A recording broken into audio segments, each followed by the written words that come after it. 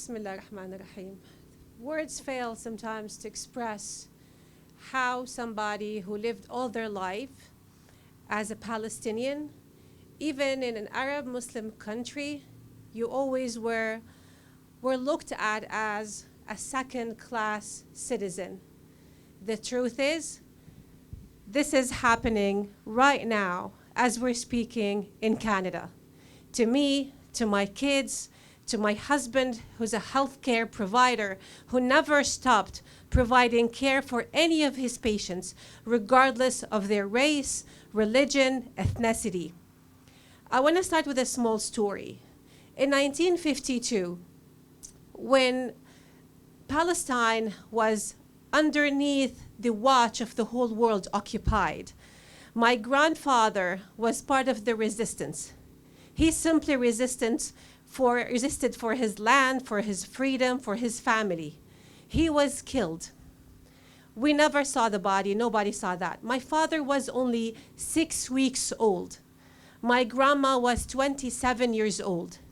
She raised 3 kids on her own. No help was enough. Even the UN was never enough. How can you explain to a Palestinian, I will give you food, I will give you a safe passage, but then I will turn my back and watch you being murdered? How does that make sense? Right now, whatever is unfolding in front of our eyes, I think it's as catastrophic and maybe more than what happened in 1948. We lost so many family members, so much land, until we are watching slowly Gaza turning into a live concentration camp. I stand in solidarity with all my Jewish brothers and sisters, the ones who stop with their bodies against the violence, against the oppression in the United States, and showed us an amazing example of solidarity and power standing for the truth and justice. In this week, our schools are celebrating the Holocaust week.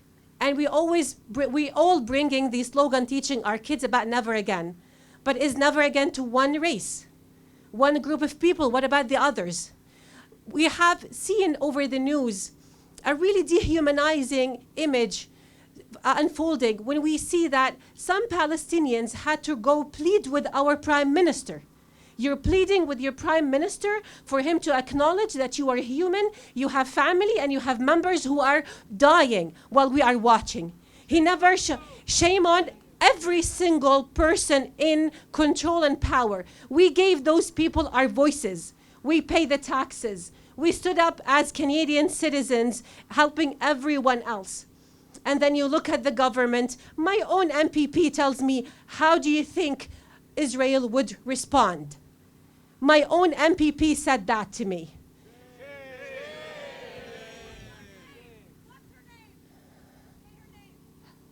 Helen Jaksic. I want you to call and ask all your MPPs, what have they done? For us as Canadian citizens, as Muslim, as Jewish, as Christians, when we watch the images, the brutal images of the kids, and then yesterday I was asked, do you feel numb? I don't feel numb, I don't sleep. My family, we don't sleep, we're unable to eat, we're unable to function.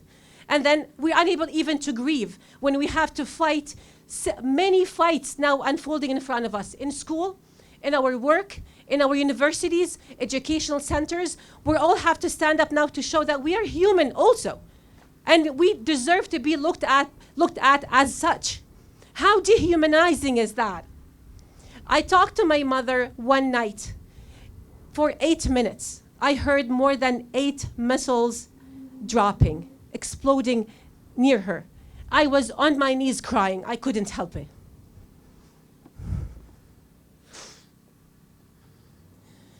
My kid had a mental breakdown more than once. And she was like, am I not human enough? Am I not Canadian enough? And I'm asking everybody here, are we not human enough? My parents came to Gaza to visit after more than 23 years because all the bombing and the restrictions and the unstable situation of how they turned that beautiful city into a live concentration camp, this did not start on October 7th. This never started on October 7th. People who tell you this is a war among only because of Palestinians want to expel Jews. Let us go back in history. Post 1945, Palestine received more Jewish people than any other Arabic country. At the time of the Spanish, the Inquisition, the Ottomans saved more Jewish than anybody else, where they were actually killed and traced in Europe. They were expelled. They were received by many Muslim countries. This is the reality of Islam and what we do. Back to my parents, they have moved so far 4 times. Every time they move further south, because it's safe. It's never safe. Wherever they are, bombing happens. I have my uncle who's a Canadian citizen. I have my 2 parents with a Canadian visa. They have nobody else in Gaza. They have no immediate family members. In Canada, they have 4 children. And their all grandchildren are here. But still, I cannot get a confirmation if they can be saved or rescued, no matter how much we tried. My uncle received a call from the Foreign Affairs Office that his name is on the list.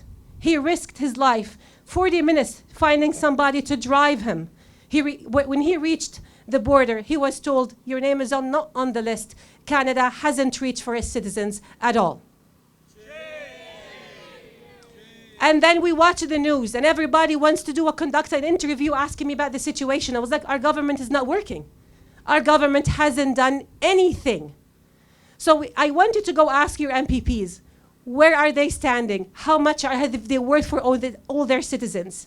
We see the convoys that went to Canadian citizens in Israel and Ukraine.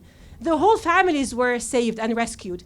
And they're asking the Palestinian Canadian citizens to risk their life. It's their own responsibility. And listen to the requirements. They need them to bring water, food, something to keep them warm because it might take them days. And it's their own responsibility to reach the border. It's their own responsibility, if they make it, to walk there safe and find a safe passage from Egypt to Egypt. No help whatsoever.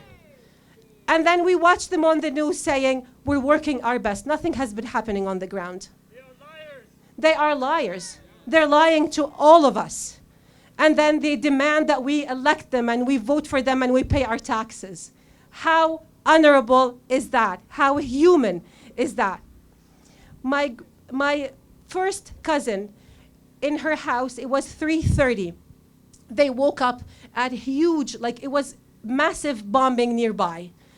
They got terrified. They went from the third level to the lowest, to the main level. As soon as they reached, the whole ceiling was on top of their head. They barely made it alive. She said, we were barefoot. We couldn't find any help. We called the ambulance. The ambulance said, it's a danger zone. We can't come to save you. They had to find a shelter underneath a damaged building until 7:30, when they had to walk for 45 minutes until they were in a safer place. This is only a glimpse of whatever is going on. To me, if my uncle and my parents made it alive, what about the rest of my family? Do you know the feeling that I go through? What about the rest of the people in Gaza? How do I feel about the people in West Bank? There is no Hamas in West Bank. And we're watching the dehumanizing. I can't even put that into words. We've all seen it.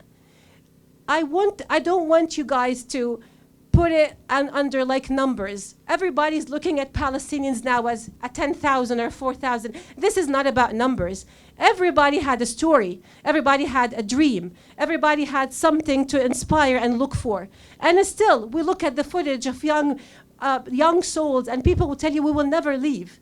Palestinians don't want to leave Gaza. Nobody wants to leave there. They're not looking for a lavish life. They want to stay home.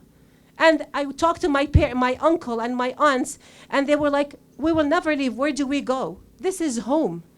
We will never repeat what happened to us in 1948 and then 1967. We will not leave again. Look at what happened to the Jabalia refugee camp. They all knew it was a refugee camp.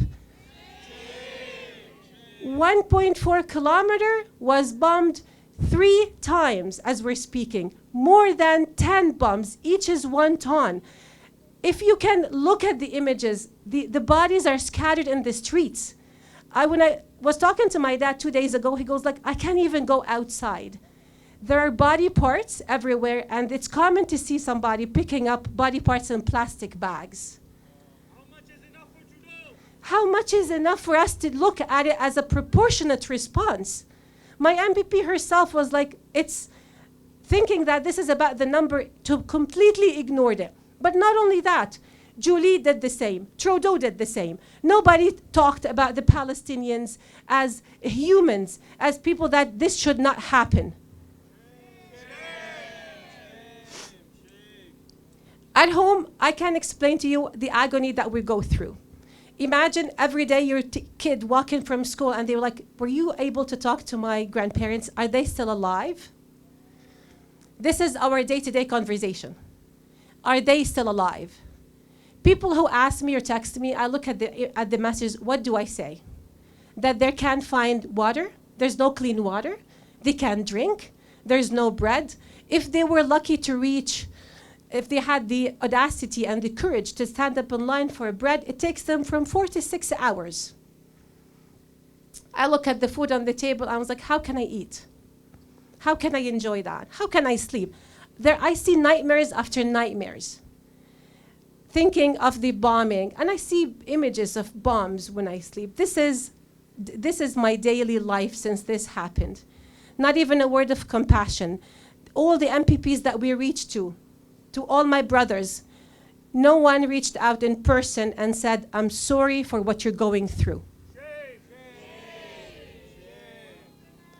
And then when it comes to elections, you put them walking into our community centers, our mosques, asking for our support. How fair is that? No support. Shame on them. Shame on them. Today I was talking to somebody from the CTV asking me, how are the situation unfolding?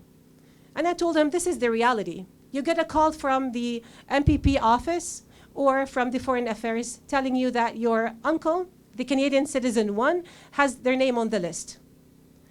I talked to them right now. I just talked to them yesterday and before coming here. They were like, we can't trust that. Until we see the list, we can't trust it. So what is our government doing? This is a question I want you to ask your people in power. Why are they fooling us? Why there's so much discrepancy and they're not transparent on what they're doing? Thank you.